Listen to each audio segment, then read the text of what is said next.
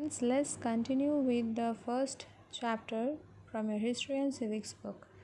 The first chapter is Rise of Christianity. Let's continue. We have already completed half of the chapter and we have seen where the Roman in Rome, where the Jews religious leaders are feeling threatened by the popularity of Jesus Christ, and Jesus Christ with his simple thinking is gaining more popularity and winning the heart of the common citizens.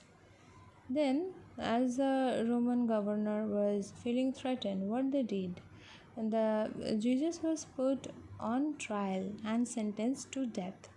Okay, he was nailed to a cross. Whenever you go to a church, you will see there is a wooden cross, and on it the statue or the picture of also, if you see in your book also, if you see that there is a cross at the back, and Jesus Christ is hanged, is nailed in his foot, and in his hand he is nailed, and he is crowned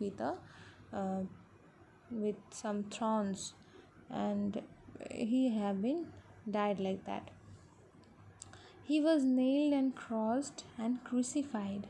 He died a slow and painful death, firm in the belief that through suffering he had fulfilled his mission. So what was his mission? His mission was to become a savior, Masiha. So he thought, yes, I have been able to tell the people how they should lead their life and how they should behave, what are the moral values they should have in them. I have done my work. Now he was satisfied while he was dying. As he died, his body was placed in a shield tomb, and in that shield tomb the body was kept. After 3 days, his disciples or his followers found that the tomb was empty. Then he felt, okay, the followers started thinking maybe Jesus have come to life once again. He's not dead. He have come to life. This conviction among the followers led to the emergence of a new community. So this belief that where did the body go?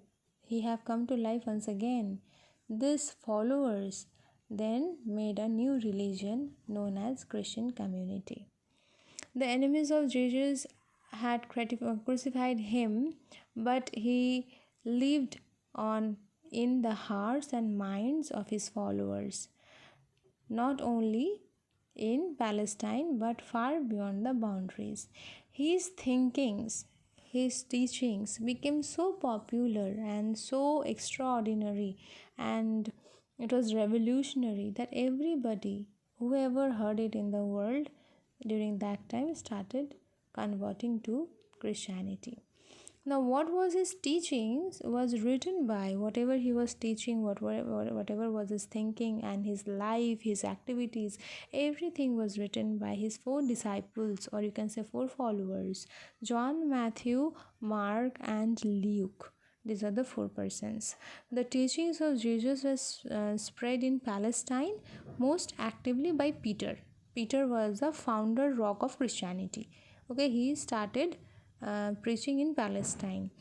And later by Paul. Paul was a converter, and he converted himself, and then Paul also started preaching. Okay, these are the very important name of the persons who have spreaded Christianity all over the world. It became a world religion in future. For almost 300 years after the death of Jesus Christ, where a religious minority was, then also it was a religious minority in Roman Empire, oppressed, and the followers of the Christianity that time also, after 300 years of the death of the Christ, then also there was so much of you can say oppression. That means so much of dominance and so much of torture over the Christian people. In 313th century, the status of Christianity changed dramatically. That means in 313, the Christianity, means the followers of Christian, started increasing. The Roman emperor, what is the name of the emperor? You have to remember during that time, the Roman emperor Constantine won the major battle against his rival. Okay, he was in a battle. He was an emperor, means he was a king. Maxentius. He won the battle against Maxentius, and now when he came to Rome, he made Christianity a legal religion. Okay, nobody is going to do any kind of torture on the Christian people, because Constantine was himself a Christian and he came into power. Now Constantine defeated all his rivals, okay, and he established himself as an undisputed emperor of Rome. And what happened? He shifted the capital from Rome to Constantinople. Now he is telling that wherever he is staying, that place will be the capital. So he have transferred it. So the capital city was before that title as Byzantine. So Byzantine was now said as Constantinople. It was named Constantinople in honor of the Emperor Constantine or Constantine, and it would endure the Christian capital for 1000 years. So the capital remained there for 1000 years. Towards the end of 4th century, Christianity became the official religion of the Roman Emperor. Saint Peter's Basilica, now is known as Vatican City, became the religious headquarter